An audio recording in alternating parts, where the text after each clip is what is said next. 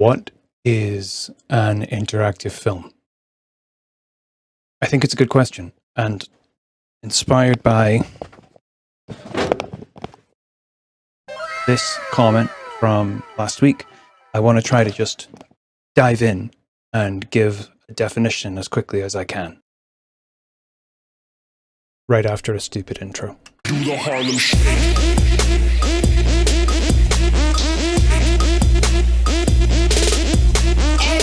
I want to define interactive film as a work of audiovisual media that attempts to blend elements of cinema with some form of interaction. Elements of cinema combined with some form of interaction. This might seem like a bad definition as it doesn't narrow interactive cinema down to a series of formal characteristics. However, this is by design. Having attempted to define interactive cinema this way myself, I don't believe interactive film is a useful term to describe a set of formal characteristics of particular pieces of media. So basically what I'm saying is that if somebody tries to define interactive film by saying something like interactive film is just like normal film, except sometimes you push buttons. Well, the problem is that that definition will fail to take into account some important element of some sort of film or something that is definitely already accepted as being an interactive film. And besides, if you try to say interactive film is just like normal film, except sometimes you push buttons, then that definition falls down completely because of things like film screenings where they use a shout-o-meter, where you have to shout for the next choice, and of course Spy Kids 4. One of the innovations you've introduced in this film is aromascope. Yes. I firmly believe that any attempt to define interactive film by a set of formal characteristics will ultimately fail. As such, I think the best we can do is to define interactive film as a work of audiovisual media that attempts to blend elements of cinema with some form of interaction. While this definition is broad, it has the benefit of reflecting the growing, shifting nature of interactive film as a still experimental medium. Let me try to explain by starting from the beginning.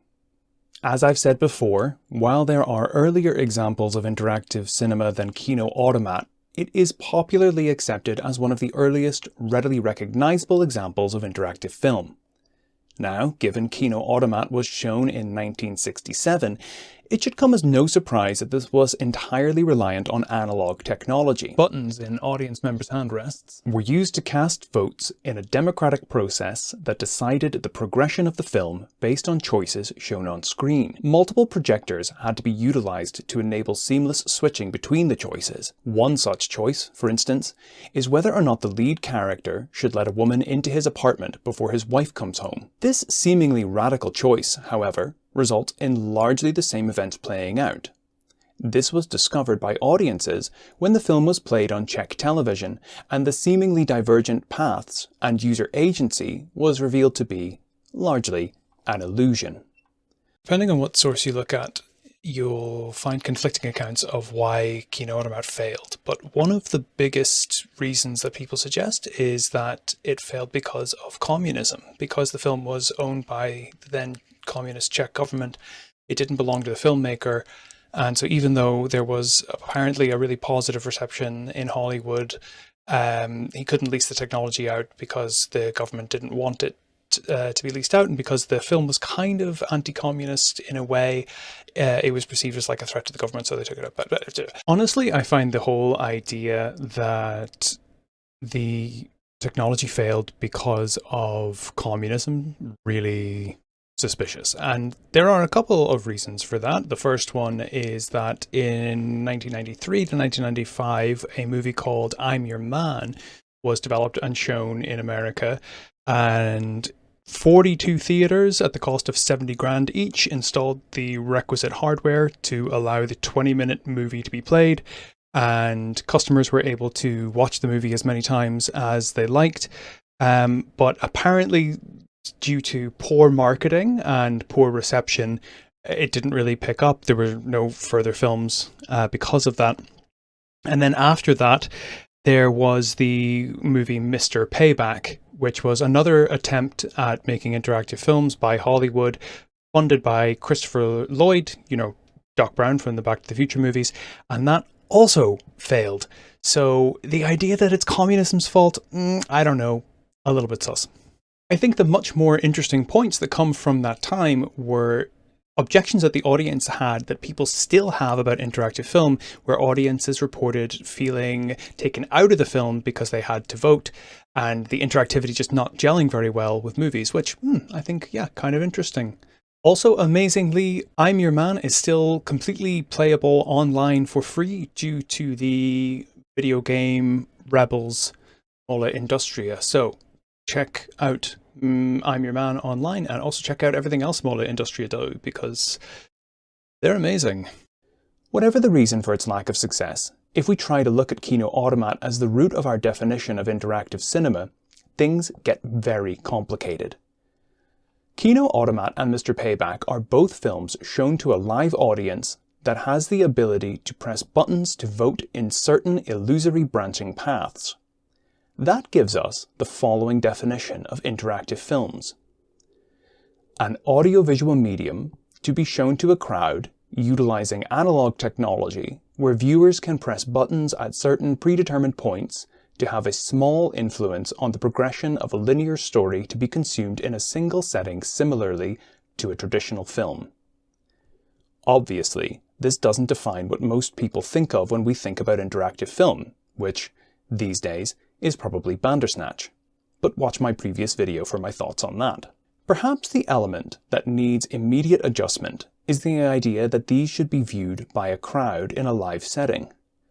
Obviously, the majority of interactive film, much like the majority of traditional cinema, is not consumed in theatres anymore, but at home.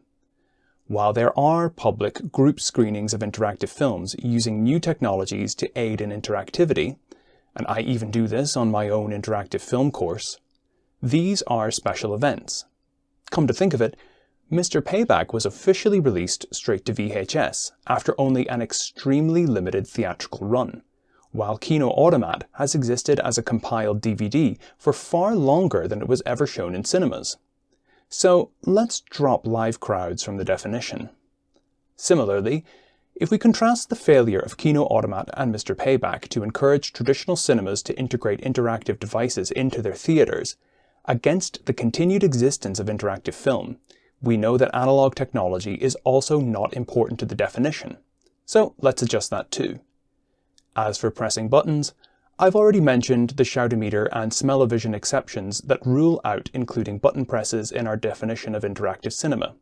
So we can adjust that, which leaves us with an audiovisual medium viewed either alone or by a crowd, using either analog or digital technology, where viewers use some form of interaction at predetermined points to have a small influence on the progression of a linear story to be consumed in a single setting, similarly to a traditional film. This largely describes the kind of shallow interactivity that one can have with possibilia, where time continues to flow in spite of which timeline you choose to view at any point. Although viewers could choose to view a selection of scenes from an expanding multiverse of possibilities, that action was closer to choosing a camera angle at a given place in a film, and wasn't in any way pivotal for the progression of the action or plot. Fortunately, these days, possibilia is more of an exception than the rule.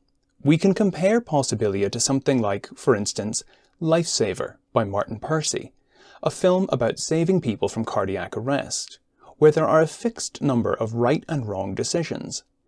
If the player makes a wrong decision, the story loops back on itself, breaking the linear flow of a traditional cinematic story. Bandersnatch goes far beyond this, as not only are there multiple paths to explore, you can stop at any time and come back later with your place held. Once you've unlocked a number of choice points, it actually becomes quicker to navigate through the timelines by returning to choices rather than watching the film in a linear way.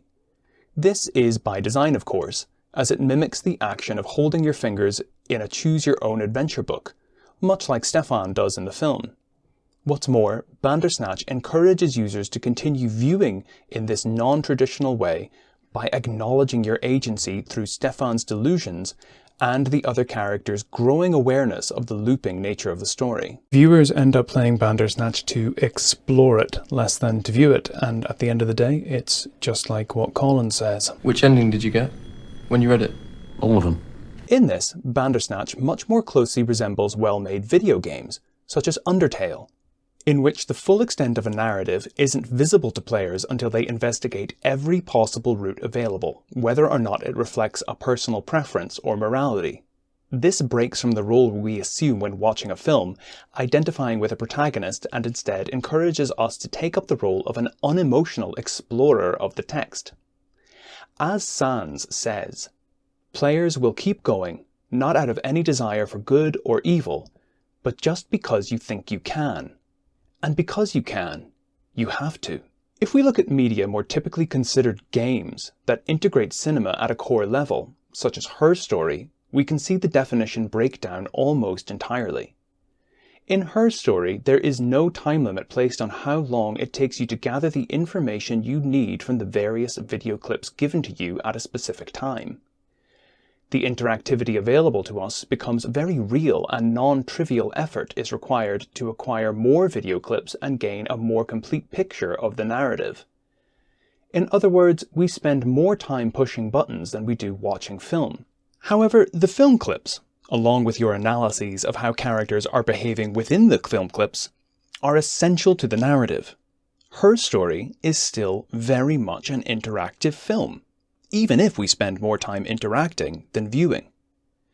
Taking this to the extreme, something like Alan Wake 2, which is undeniably a video game, paves the way for what we can consider interactive film, as the layers of gameplay and cinema viewing overlap in memorable sequences such as the Herald of Darkness sequence that really has to be played to be enjoyed fully. That would leave us with a definition something like an audiovisual medium viewed either alone or by a crowd, using either analog or digital technology, where viewers use some form of interaction at either predetermined points or throughout, to have either small influences on the progression of a linear story, or large influences on a non-linear story to be consumed in either a single setting, similarly to a traditional film, or played in many sittings like a video game. With this, the definition is beginning to grow unwieldy, and it still has problems. Most pertinently, it is unclear just how many video games would fall into this category. But that's where I think it stops being a problem and starts becoming an opportunity.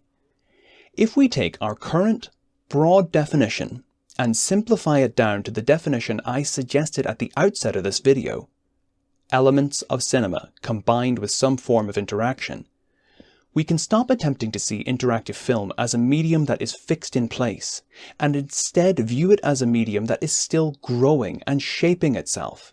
Perhaps, most importantly, as a medium where creators have opportunities to continue to fashion the medium after themselves. I think that's the real benefit of keeping a broad definition of interactive film. By keeping a broad definition, we get to say, this is a type of art that is still growing, still figuring itself out. And I have a lot more to say about the politics and economics of that, but I'll save it for another video.